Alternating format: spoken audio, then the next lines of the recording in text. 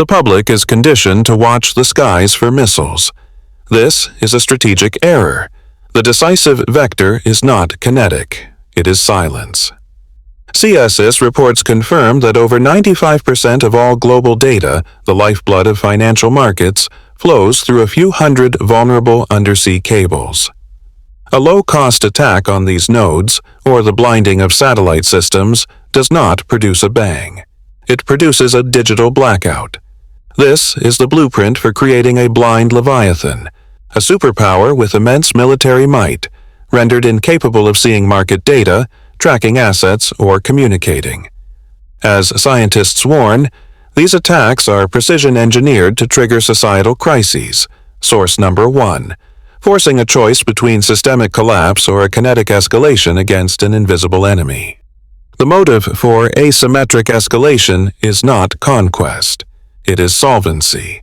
A state actor initiates a kinetic conflict assuming a manageable cost. But when that cost spirals, when the war becomes domestically unpopular, it transforms into a fundamental liability on the national balance sheet. Analysis from strategic institutes like CSIS frames the Russian Federation's kinetic operation as a miscalculation of its own solvency. The extended timeline and high attrition rate created a domestic liability, an unpopular war draining state resources that were promised to its own citizens. This is a textbook solvency trap. When a state actor begins to fail this solvency test, its strategic calculus is forced to pivot. It can no longer afford to win symmetrically. The objective shifts from battlefield victory to inflicting a disproportionate systemic cost on the superpower backing its adversary. This is the pivot to asymmetry. The actor's weakness becomes the vector. Low-cost, high-leverage operations become the primary weapon. Scientists warn that cyber attacks are the perfect tool designed specifically to trigger societal crises in the target nation. The goal is to engineer a solvency crisis in the opponent.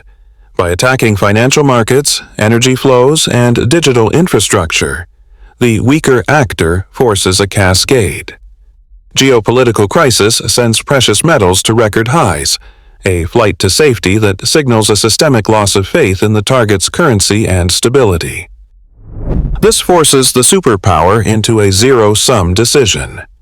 Absorb the engineered economic collapse, displaying catastrophic weakness, or escalate kinetically to destroy the source of the attack, an escalation that risks a global and potentially nuclear conflict. Economic weakness is now a direct pathway to a launch-on-warning protocol. This is not a theory, it is the new battlefield. The entire economic model of conventional warfare has been inverted. The kinetic cost-benefit analysis that defined the 20th century is now obsolete. This is not opinion. It is a mathematical certainty documented by security analysts at institutions like the Royal United Services Institute, or RUSI.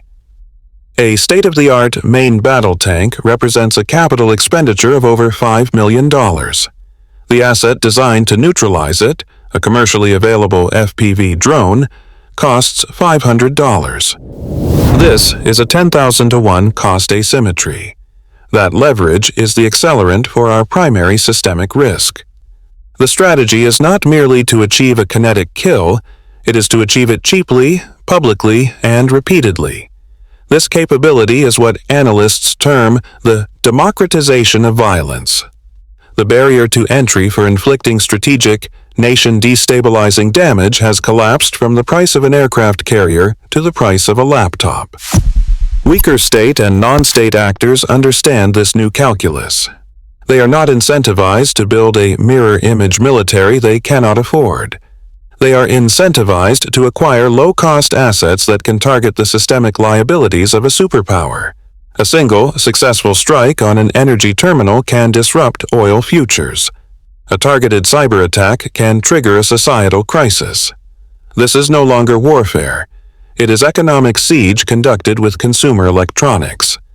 It creates asymmetric returns, forcing a solvency crisis by turning a superpower's economic complexity into its primary vulnerability. The battlefield is no longer a geographic location. It is a systemic vulnerability. Adversaries stage asymmetric attacks not from declared military bases, but from proxy laboratories, regions of cultivated instability. These gray zones, presenting as domestic crises in nations from the southern hemisphere to the west, are not the cause of conflict. They are the symptoms of a new doctrine, deliberately selected as low-cost staging grounds for economic warfare. Within these labs, attack protocols are tested and refined. As security analysts have warned, cyber attacks are being engineered specifically to trigger societal crises. A manufactured power grid failure or a compromised water supply in a secondary nation is not the main event. It is a live-fire exercise, a rehearsal to gather data on civilian response, infrastructure breaking points, and media amplification. This provides a blueprint for a systemic attack against a superpower's critical domestic liabilities. State actors leverage this manufactured chaos for plausible deniability. According to RUSI analysis, an envoy's warning of regional escalation is no longer a simple diplomatic threat. It is the activation of these proxy vectors. The threat itself, amplified by the perceived instability in these gray zones, becomes a weapon. It is designed to inject maximum fear and uncertainty into global markets, manipulating energy futures and driving capital flight, all without firing a single kinetic shot. The mathematical result is visible on the balance sheet. While legacy media reports on dampened supply disruption fears, the strategic objective is achieved. The geopolitical crisis, staged from these laboratories, triggers a record surge in precious metals. Gold at $4,689 is not an indicator of prosperity. It is a fever chart of systemic fear. This is the intended effect. A controlled demolition of confidence, a test run for inducing a full-spectrum solvency crisis in the target superpower. The launch on warning protocol is not a strategy. It is a mathematical trap. The doctrine dictates that if early warning systems detect an inbound nuclear strike, a nation launches its retaliatory arsenal immediately. There is no time to wait for the kinetic impact and confirm the detonation. The entire system is built on trusting the data from radar and satellite networks. This protocol's primary systemic liability is the integrity of that data feed. An asymmetric actor, unable to win a symmetric conflict, does not need to launch a missile. They only need to blind the radar. A targeted cyber attack designed to trigger a systemic crisis creates what military strategists at CSIS call the fog of digital war. The main screens go black. The data feeds sever. In that moment, the command authority has no way to distinguish a network failure from a coordinated first strike that has just blinded their early warning capability. This forces the commander into an immediate zero-sum decision. Option 1. Assume it's a glitch and risk absorbing a full decapitation strike minutes later. Option 2. Follow the protocol and launch a full retaliatory strike based on the last known data, potentially initiating a global thermonuclear exchange because of a false alarm. As scientists warn, cyber attacks are now a primary vector for triggering societal crises. This is the ultimate asymmetric leverage, forcing a superpower to gamble its existence on a single keystroke, transforming a digital liability into a direct vector for kinetic and potentially nuclear escalation. The protocol for the next phase of conflict has already been written. It does not target military assets. It targets systemic liabilities.